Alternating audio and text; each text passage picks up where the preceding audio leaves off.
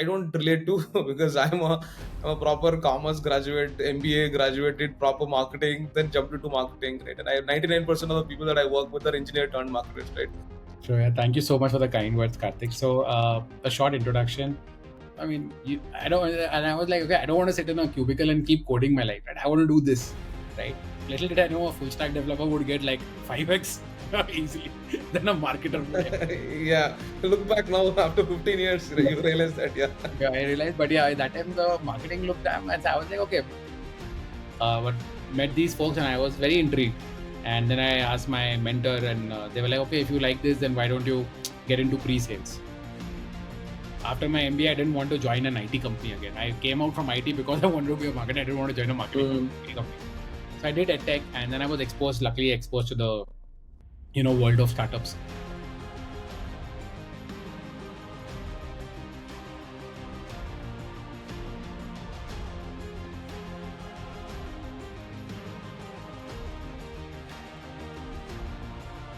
Hello everyone. Today we have Sid with us. I've known Sid for probably close to 3 years, maybe I think 3-4 years. He runs a community called S11S, and a lot of the marketers know. Basically, that community it has about 3,000 plus people. He's been a marketer for 15 plus years, and he's worked with services companies to edtech to SaaS, and then eventually become a marketer for a VC, very famous one. And right now he's running his own marketing advisory plus consulting services company called Elokite, right?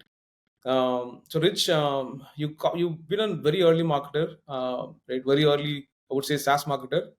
So I would love to hear from you in terms of about your journey, right? So what have you done? How have you, transitioned yourself from an engineer to a marketer? I've seen a lot of engineers like turning themselves into a marketer, which I don't relate to because I'm a proper commerce graduate, MBA graduated, proper marketing, then jumped into marketing, right? And I 99% of the people that I work with are engineer turned marketers, right?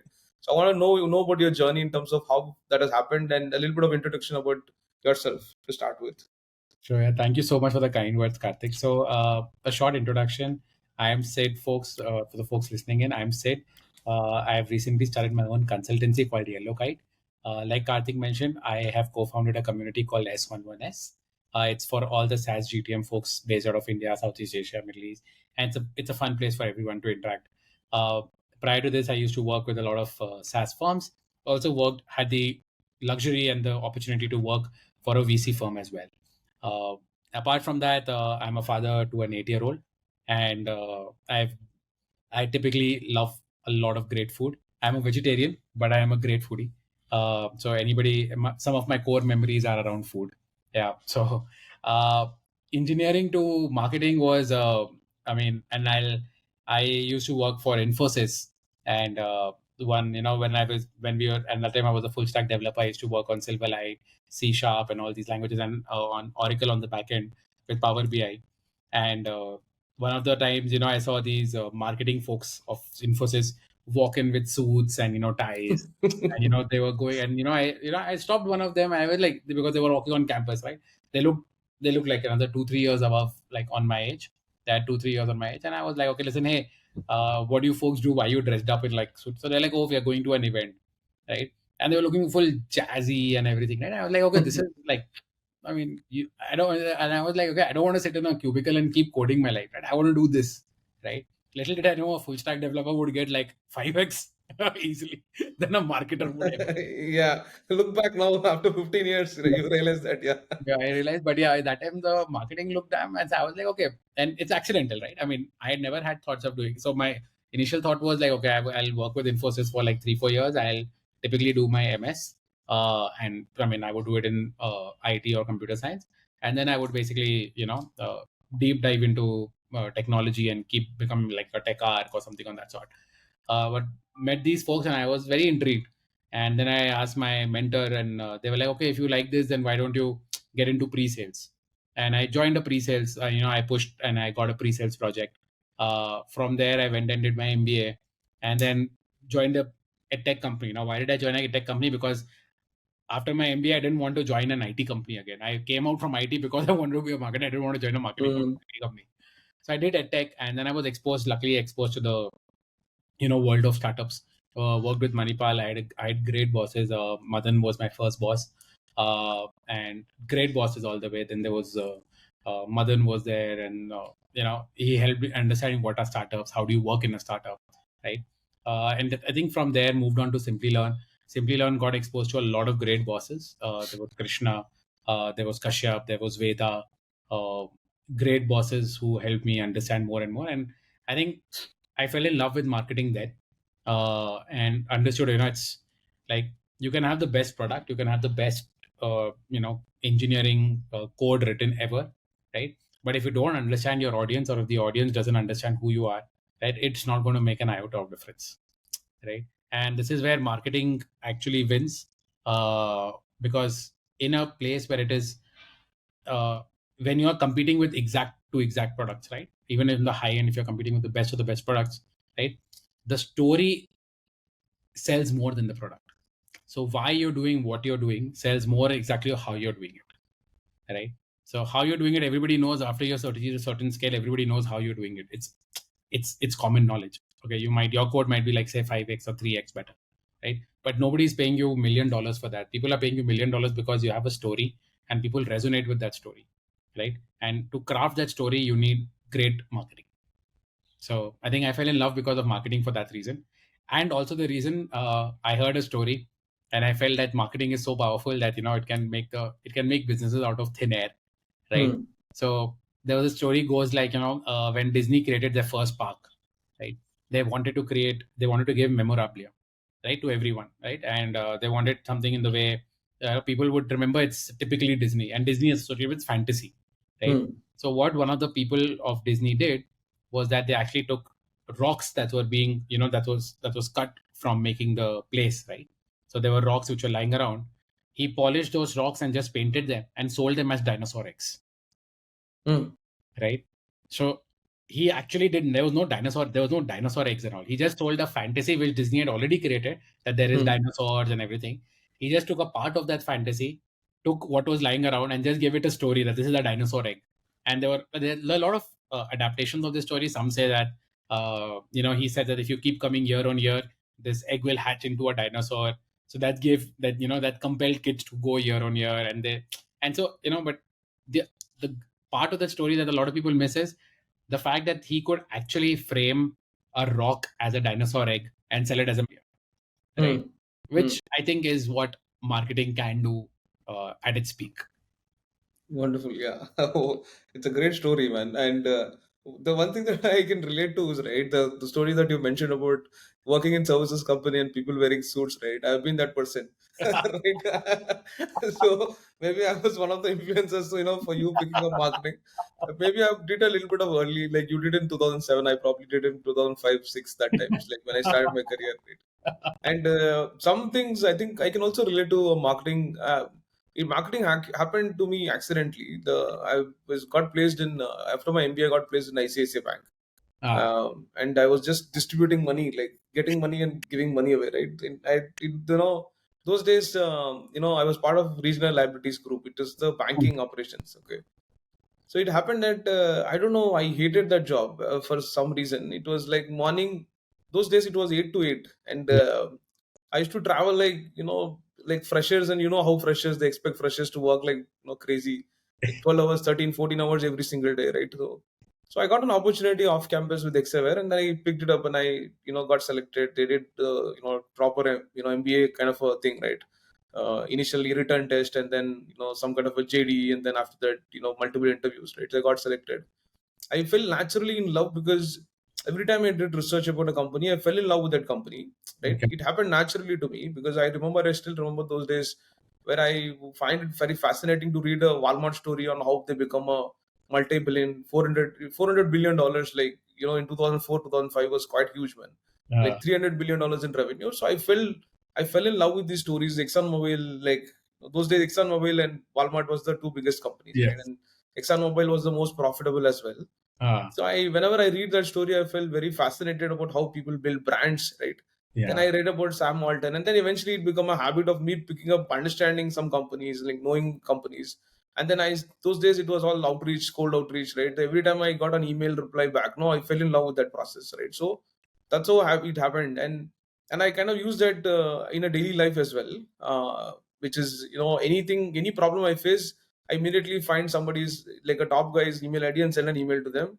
And then I get a reply CCing everybody under him. So things were happening like very fast. I was like, wow, marketing can do so much, right? Like, especially the email side of it. So I fell in love with the process. And it happened that, small things, like one of my shirts like tore, I sent an email to the regional head and I got a replacement, right? So I started implementing some of those learnings, and then I fell in love gradually, right? The whole process was pretty interesting as far as I'm concerned, marketing. So wonderful journey. I want to get into a little bit of detail about how you got into this agency. Like start with that, right? Now you're running this agency. You also built a community. First, I want to talk about, like, why this agency now? Why is it now? And right, and yeah. So what is the plan for the agency? Maybe you can combine two questions into one. Answer it. Yeah. So probably the worst time to start something on your own, right? 2023.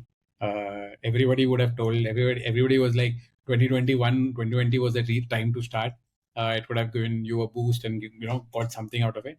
2023, I think everyone's just withdrawing a lot of their money and just keeping it safe and not actually. Right? But what I heard from a lot of founders, and the reason I took this thing, was the fact that they were the early to mid stage companies. They were finding it tough to attract top tier talent for their marketing heads, right? And typically, marketing heads they're not scaling one channel, right? They're basically trying to tie up a lot of channels so that the story gets disseminated properly. So you have like awareness happening, you have demand capture happening. At the same time, you have a sort of brand building happening within the customer base and even the prospect base, right? Now, what I saw was there's a lot of agencies which are already out there, which are doing great work, right? Which are helping founders scale, which are helping do a lot of on PR, on demand generation, on even ABM, and even on cold email, and they're focused on a single channel. But there are very few folks who are ready to get embed into the company, right? And tell them, okay, listen, I will be there with you for like say 3 to 4 quarters, right? And I will own up the targets you feel are relevant for marketing. Like we will frame together what marketing should do for you.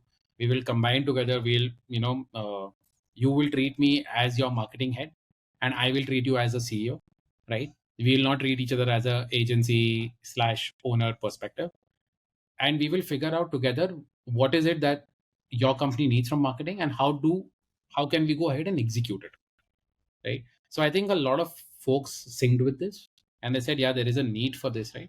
And typically that's what Yellow Kite is aiming to do. I'm trying to bring in where the fact that I'll embed myself in like say 5 to 6 companies, working like say anywhere between 20 to 40 hours a month with them, where I basically function as their CMO advisory on call, where they can call me any day, they can ping me anytime, just like how they would do for their marketing heads. And we'll sit together and figure out what marketing can actually help accomplish for their businesses, because marketing can do different things for different folks, right?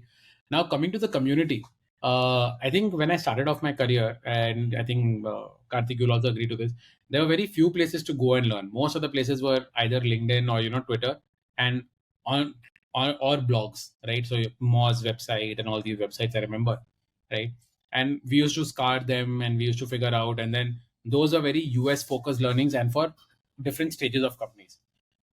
The time India startup was going through in 2017-18, those learnings came with a lot of pitfalls, and we learned them the hard way by failing, right? So we failed in a lot of things. Now, over in during when COVID started, the biggest thing was that how can we help people who are coming into SaaS, or people who are in SaaS marketing and GTM folks, right? How can we help them to come to a place which they can ask anyone any question? They could get access to anyone, right? And people couldn't also get access to everyone, right? So it's a fair where people like you, people like Chirayu, me, Shafiq, Rohit, Siddharth Deswal, a lot of other folks, right?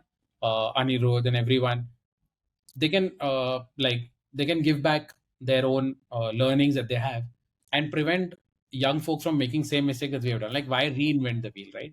And Correct. typically we don't we are not publishing a lot of material everywhere, right? Because we are also scaling up in a career.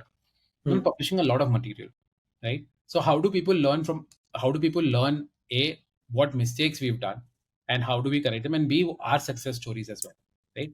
We talk about failures and we have to talk about our successes, right? So I think typically, and folks don't know who to reach out to, right? So if, when I was there, I didn't know who to reach out to, right? I used to reach out to Yeah, some connection, through some connection, through some connections, right? So it used to be very difficult. I think that was the reason, we had this thought of a community, like how can we help folks. And I think, we started with a clubhouse session where we used to, Chirayu, Shafiq, Rohit, and I used to rant about life and about work. And once clubhouse engagement died down, we started thinking very seriously, like, what would people want to hear from experts, right? There were only mm, four of us, but what if we expanded this group of experts to, like, say, 50? What would India SaaS GTM folks want to hear from 50 experts, right? And how rich can the discussion be? So I think that was the genesis of the community. And obviously the community has grown in shape, and it's as much our community as much anyone else's, right? I think a lot of people do a lot of moderation, they help keep it clean. There is no fee to this, right? There's no charge, there's nothing, absolutely free of cost. We don't pay, we don't ask anyone to pay anything, right? got So it. Yeah, uh, typically what we've tried to do is, through the community, provide a safe place for folks to learn and elevate themselves, right? And we are very, very focused on this part, that we want people to, any SaaS marketer in India today should, without hesitancy, be join S11S, and can ask any question that they want without the fear of repercussions, or without fearing, oh, listen, what if I ask this, would I look stupid, or if I, I'm getting only 30-minute share, etc., etc. yeah, it's a wonderful story. I think I can easily relate to that. So when we started doing things right, and I think I remember my story with when I started my career. I've had every let's say BDR is associated to one US sales guy, right? So I used to be working with one sales guy. There was another salesperson my friend used to work with. They were very successful, okay, especially when it came to email, right? And they drafted like beautiful emails, like reading Gartner's, something related to, hey, according to Gartner, and those days, some of those messages worked really well, and they're very successful. They started getting a lot of email responses, right? While I struggled to get email responses, I was fairly successful in calling. I used to book like 3-4 meetings on an average per month from calls, but email was very unsuccessful. And I still remember, right? Like the friend of mine, he didn't share. I'm yet to see that email. What it was sent about 19 years back. I don't know how that email got reply, and I didn't get any learning from that. And I used to pamper him, at least asking like, show me the message, like what worked, right, so that I can replicate. So he kind of didn't share that message, right? So from that situation to this situation where everything is available for people, everybody can share their experiences and learnings, and in terms of what worked and what didn't work, right? The playbooks that we create, the templates and checklists, the messaging, the narrative, right? So all of those, I think people can learn from each other, and I think that's kind of reduced the time to learn and time to fail, right? And it's kind of brought it down so much that people are learning from it and then doing it really fast. I think I really I can see the value, and I also try to be active on S11S, and I even found like 2-3 customers from S11S. Like, to be honest, one of my bigger customers, the recent one I signed and closed also, is actually a conversation from S11S that converted. So that's an amazing initiative, and I think, yeah, you're right in terms of the other one, which is also whether it's people always say it's not the right time, but for me, anything that you're ready is the right time. And I also have seen that I've done this fractional stuff, right? You should call whatever you term that, fractional CMO or fractional marketing head or whatever, right? And eventually, I think every company in the world needs a person, and anybody who can't afford like a full time person definitely needs a fractional person, right? Correct. Who they can hire for maybe 20-30% of the total cost that they'll otherwise pay a CMO, right? So yes, like there's definitely an opportunity. So in terms of your previous experience, right? How did you choose to work in Sequoia turned Peak 15, right? Whatever you call that right now. How's that experience? Why? How did you choose to go from a SaaS company to a VC? And how is that kind of shaped your career? And how is that helping you right now? Yeah, so I think I've always been somebody who's not been happy with the current status quo, right? In my life, right? I'm not talking about general, like, okay, world is fine. But in my life, I've not been somebody who's happy with status quo, right? So when I was doing, like I said, when I was doing engineering, I saw something jazzy. I was like, okay, I want to try this, right? When I was doing tech marketing in Simply Learn, there was an opportunity. One of my good friends was doing B2B marketing, right? And I tried to understand how can it help, right? And then I basically did a little bit on the air, like I did a freelancing bit, and I loved the SaaS world, and I jumped into SaaS, right?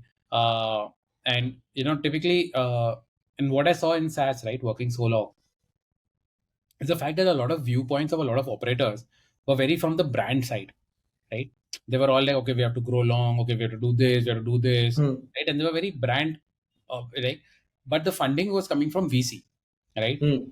Oh, I wanted to understand what does a VC think when when somebody invests money, right? Hmm. Obviously you can hear the VC speak, right? You hear people coming on, you hear Axel VCs, you hear Sequoia's VC, you hear Lighthouse, you hear everything, you hear everyone's speed, right? Lightspeed and everyone, right?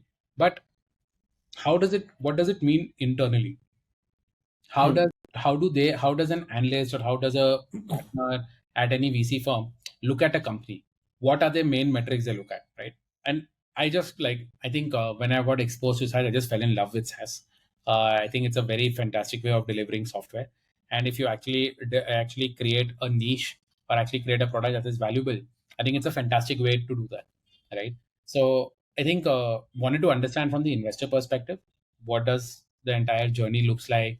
How do they look at a company? How do they do funding? Which companies should go for funding? Which companies should not go for funding? Right? I Hmm. think that was something which was missing in my knowledge gap, and it was all about me reading up rather than actually experiencing it. So, and I knew it is. I didn't want to become an investor per se, right? But I wanted to understand, like, I wanted to look at the VC world, right? So I think Sequoia opportunity came along, and I'm very grateful for them that they gave me the opportunity to be a part of the system where I got to learn a lot of things. Right, the learning was immense. So I think that's the reason why I moved to VC. So in terms of that, right? So what has happened in terms of what did you learn and how are things different? How do they operate? Maybe a very small kind of an understanding for the audience to, you know, probably for them to understand how a VC invests money in a SaaS company. And what is your take on that? Any So I think, pointers? yeah, so I think there is no one pointer as to what they invest in.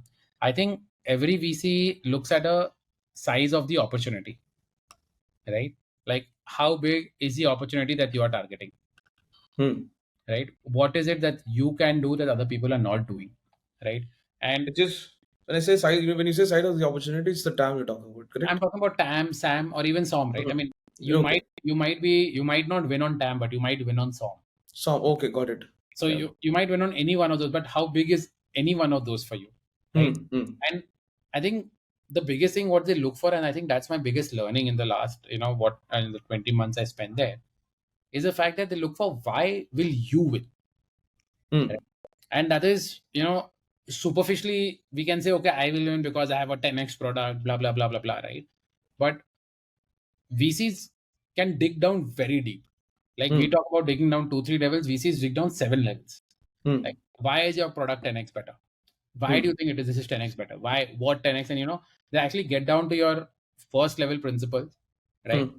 And to evaluate it from that, and they evaluate it from that perspective, right? So I've seen deals which I felt were a no-brainer, Hmm. being as to being not being invested in, because the folks didn't feel comfortable, right? And I've Hmm. seen deals where people did not want to invest, but folks felt very comfortable because they were like, they know what they're talking about, because these founders know what they're talking about. Hmm. Hmm. So VCs are a mixed bunch, right? Very close, very mixed bunch. And I think they understand this at a very deep level as to how, as a company, are you different from your competitors, right? Hmm. And why would you have the highest probability of winning? Because for a VC, everything is about probability, right? Everything is about probability. I think Bloom published their report, so you would have also seen the fund returns, everything, right? Hmm. There also Pareto principle, 20% of the companies giving 80% of the fund, etc., etc. But how do you figure out that? I mean, everything then therefore then has to work on probability. Like, how probable are you to win this market, Okay, right? got it. And all those things go in that loop. So it's a I, yeah. follow-up question on that. Average product great team and great GTM, a great product, average GTM, or a average team? So So what I would wins? say it's a problem that you're solving, right? So you can have any product, but the problem you're solving is hard, right? Hmm. And it is a real pain. It's a real pain point for people right now, right? And you have a great team, right? Then it's a investable business, right? Got it. Okay. Yeah. So from that angle, when you look at it, right? So what are the biggest, let's say, GTM and marketing challenges that some of these early stage SaaS companies face as soon as they raise money, right? Either I mean, of course, VCs probably get into at a seed level, series A. Seed is also pretty challenging, right? Maybe a series A, right? So what are those challenges that typically a SaaS company or a SaaS founder faces when it comes to marketing and story, right? All of those typically, maybe you can pick, like, let's say, two or three challenges that they face, and how do you think that they should solve that problem, right? Probably we can split this question into two parts. So what is the biggest problem that you've seen companies that raise money face, and how do you solve them? Got it. So I think the way companies, I think what the problem for marketing is in early stages, a lot of people don't do their audience research, right? Hmm. And I keep telling this to a lot of folks, right? There are there is an entire industry in B2C which is just focused on customer research, AC Hmm. needs, started out Correct. customer research, etc. Correct. Yeah. I agree. Yes. Yeah. If you ask people for in B2B, they'll struggle to name first firms, right? Forget struggle to name global firms. There's no local firms also, right? So you have to actually do research by your own self, right? And Hmm. expecting a Hmm. marketer to do that research is pretty weird, right? I mean, how can you expect one person to go out and interview 40, 50 people or 100 people for that matter, right? And I think that's why a lot of people just do a very inside out marketing, right? They Hmm. don't do an outside in marketing, right? They don't understand the customers well, right? And I keep telling this to everyone. People say, "Oh no, I know my customer well." You know your customer using your product well. You Hmm. don't know your customer well, right? So Correct. you don't know what they do offline. Like, and to be very honest, right?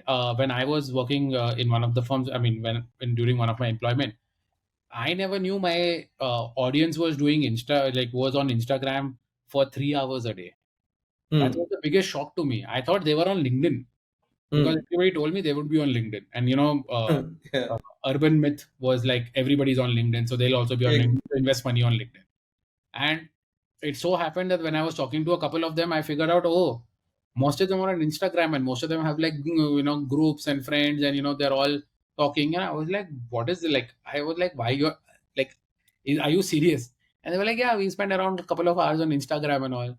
And I started advertising on Instagram for that, Hmm. right? And Hmm. it showed some promising returns, right? So again, I didn't know my customer, right? I thought I Correct. knew because I made some assumptions in my mind. So I don't think so. A lot of folks understand that very well. They don't understand their audience very well. Second, I think is a lot of people very forcefully push marketing towards revenue orientation, right? Hmm. Uh, and I think that's a slightly wrong take. Yes, marketing should have a revenue component to it, but it's a part of the marketing thing, right? It should not be the only thing marketing does for you, or it should not be the only way you judge a marketing function.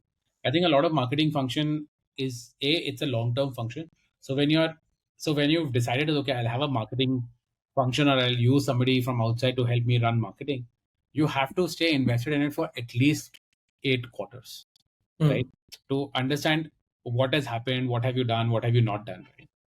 I mean, taking a 45-day sprint, 90-day sprint doesn't impact anyone, doesn't help anything. Right. Show you some movement here and there, but the needle doesn't move. So I think most of the folks go wrong a little bit there. They expect too quick things from marketing, and I think that's probably missing in the Hmm. understanding of how marketing is. And that's probably also because I don't think so as a function in India, SaaS marketing has matured enough, right? Hmm. So but now I think with all the money being pulled back, I think a lot of maturity is happening. We are seeing marketing not being related to revenue even in these tough times. I think a lot of focus is going on organic and brand, and Hmm. understanding, okay, listen, if we were not driving revenue, what would marketing do, right? And Hmm. I think that is something good happening. Correct. Any other mistakes? One, I think you talked about not enough research, customer research going in, right? The number two problem is not investing, time, enough to, become marketing becoming matured, right? Like you probably need about, you said 8 quarters that you need to invest into marketing, right? Anything else that, let's say an early stage founder makes mistakes in terms of the go to market, demand gen, whatever. Anything else like apart from this? Yeah, I think, I mean, once you do your audience research, right? Once you understand your audience, I think a lot of folks mistake the fact that because they felt a pain point existed, they feel Hmm. entire audience feels the pain point exists. Hmm. So they carry forward the pain, they generalize the pain point existence of pain points, or the validation of those pain points for their from their own belief or from a very limited set of belief to a very generic audience and a generic target audience, right? So for example, Got it. you would say that, okay, listen, attribution is a problem, right? And then you generalize and say, okay, all CMOs are worried about attribution. That's an evergreen statement, right? Hmm. Hmm. CMOs are worried about attribution, but are CMOs ready to invest and basically get a, pay you for your attribution software? And what are they ready to pay for? What are the specific problems? I think people don't delve a lot into business pain points So and why got would it. someone pay for it. So can I summarize and say that lot of the marketing challenges boils down to one single biggest problem, which is not doing enough research about your customer, right? I think And customer then research, yeah, and then I think not giving enough time for channel research as well, right? got So it. Yeah. you have your audience research, you have your channel research, and channel research is experimentation. You Hmm. might launch on a channel with all the given insights, with, I mean, a lot of data obviously is foggy, right? I mean, you might keep doing audience research, but at a certain point you have to launch, right? You have to start investing in marketing, right? So you basically start off with some assumptions. And I think a lot of time people try out channels, but they go on the channel very. So I don't think that they have a lot of channel, Got uh, it. I mean, the So intensity, I mean, persistence to stay with the channel for long, right? Even when the returns are there. Plus, I think attribution is a people want to attribute everything nowadays to anything, hmm, hmm. right? People have this fascination of attribution. Like, okay, I did this, so this happened, This right? happened. Yeah. I think that is, I think that thinking needs to go away. I think it should be basically around, okay, this was my customer journey. This is how I've impacted it, right? This is what has happened, right? And it takes a little bit of a leap of faith to believe, okay, listen, I've done this. Okay, listen, my brand ad would have touched this person, or my brand ad. Yes, you can get some metrics around it. You can get a reach metric, you can get impressions metric. But yes, getting to, okay, this person saw my ad and therefore this person converted on my organic keyword and building on it. It's I think you can do that to a certain extent, but I think it's not worth enough that investment also. You've got to understand what you're doing and why you're doing, and not everything will lead to revenue. Got it. Yeah, makes sense. And I think I just remembered another conversation that I've had a sales call a couple of days back, and this prospect who just raised like about 250K pre-seed. Right? Reached out to me and said, "Karthik, I want to do product marketing," and I got your reference from one of the founders, right? And I asked him, first of all, why do we started talking? We did the basic intro, and I asked him a question. Why do you think you have to do product marketing? He said, "Karthik, I have some enterprise deals. I made a presentation." And it is taking pretty long to close, and there's no differentiation, right? My competitors are saying something, they're talking about cost savings and stuff, productivity and stuff. I want to really position myself differently. I said, first of all, why do you want to do it, right? Like, why do you think product marketing? It's an existing category, it's red ocean, and the category exists for a very very long time, and competitors are doing because it's working for them. With so much of money raised, you can only do so much, right? You don't have to do product marketing at the start and hire a consultant or a company like me and pay like 5-6 grand and get the product marketing done. And like I said, even if you get the messaging narrative done, who's going to even read and like understand the messaging if you don't have the audience to do it, right? So I said, build your audience first, right? Get the impressions, get the visibility, and be in front of, let's say, 25 people, 30 people, 50 people, and they'll tell you whether your messaging is right or wrong. And then you come back and say, Karthik, based on this data, I find my messaging is wrong. I want to change the messaging, then I'll do it. So the typical, dilemma of, what chicken and egg, right? So should I do the product marketing first? Should I do the demand gen first, right? Then I asked him a very straightforward question. Would you have to spend 5-6 grand? Would you spend on product marketing or demand gen? He said, I will spend on demand gen. I said, go and do demand gen, sign up, get 10-15 customers, come back with the data, and then we'll figure out, right? So the classic example of not doing enough audience research, right? I Yes. completely agree. But those days, if you had even asked me, like, what channels will you pick, right? I'll probably pick 3 or 4 channels and say, okay, go ahead. And for anybody, I'll probably do a very generic stuff and say, oh, go do outbound, go run ads, and go do like LinkedIn, and probably do an SEO, right? Right now, the question is, anybody who's asking me, how do I plan my GTM? I always tell them, it depends, right? It depends on how much time you have, how many people you have, how much money you have, and how much, where your customers are, and where they hang out. And based on that, you devise a strategy, not the other way, right? Yes. If your customers are hanging out in LinkedIn, you have to take a LinkedIn first GTM strategy. If your Yes. customers are hanging out outside of LinkedIn, then you have to pick that channel and then do that. And if your customer has the habit of searching of, on Google, then you pick that as the, demand capture channel, right? So, Correct. like whatever you said, I can absolutely relate to it right now.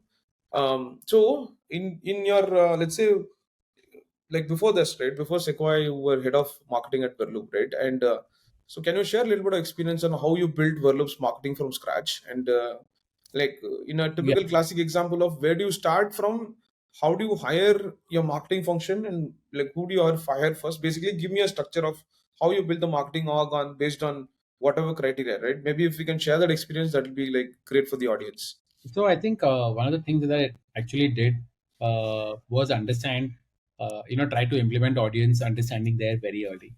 So, and that I mean, and it's easier said than done. This is one of those things, very, very, because you don't get those prospects, you don't get time to talk to those prospects, but you've got to deliver something on marketing, right?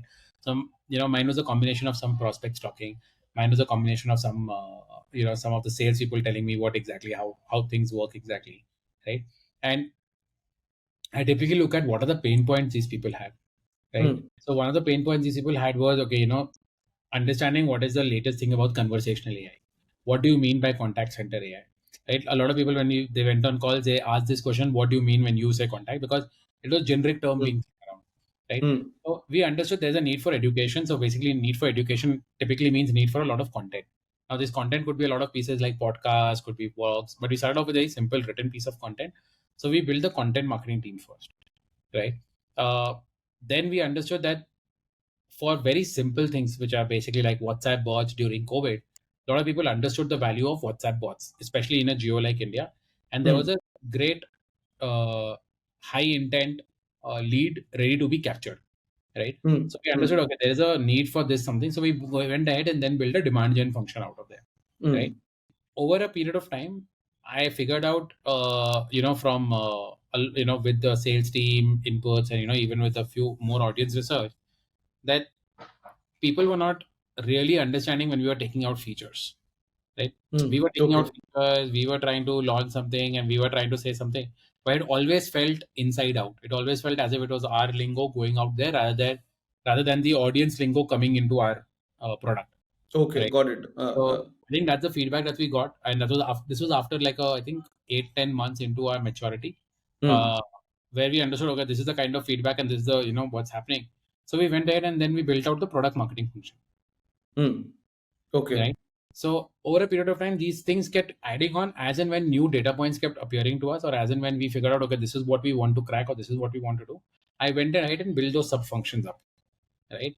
Now, Hmm. sometimes we merge those sub functions because they would perform best. For example, in Boiloop, product and content actually were one functions because we felt product and content had a huge overlap, right? So Hmm. whatever we're talking about had to have like the customer input, right? And whatever the product marketing collateral is going to go out, it has to be top notch, Hmm. Hmm. content, edited, everything. There are a lot of overlaps where we basically combined both the functions. And slowly we started hiring for these special. I mean, we hired first. So we had a person who looked at the entire podcast. Now, why Hmm. did we do podcast? It was so our listeners were not listening to podcast at all, right? Hmm. We didn't have people who were listening to. I mean, our audience never listened to podcast, right? Our audience was passive consumers of LinkedIn, active Hmm. consumers of other channels, Hmm. entertainment channels. Okay. But a couple, when we were talking to like 3-4 of them, they all said, I mean, they all felt that there is no uh, they always feel like HRs and marketers are being made champions of work, right? Hmm. like sales are being told champions because that's what they see on social media. Like they were saying that the reality of the world is very different from social media, where sales, marketing, and support. I mean, support is not given the due credit, right? They were like in a B2C world, the entire thing depends upon your support, Got right? it. Yeah, You yeah. would you would trust a better support company rather than a non-support company, right? So I think, and that's what led to us understanding that a podcast where we actually highlight the problems and we actually highlight how they have tackled these challenges can actually frame them. They can actually look at themselves as champions of the industry, right? Hmm. And could probably get us intros into big organizations. And I think we ran the first season without any dedicated help. I mean, one of our content person was actually looking at podcasts on the side as well, and then we went out and hired a person only for podcast, Hmm. right? Because we felt in season, I mean, when we did the first season of 12 episodes, we felt like, okay, this is actually working. People are actually getting introduced. People are actually liking it, and some folks have actually, given that referral of our podcast. Hmm. So I think then we went ahead and built out the podcast operations, person. Thanks everyone for watching this episode. Stay tuned for the next episode and please subscribe. Thank you.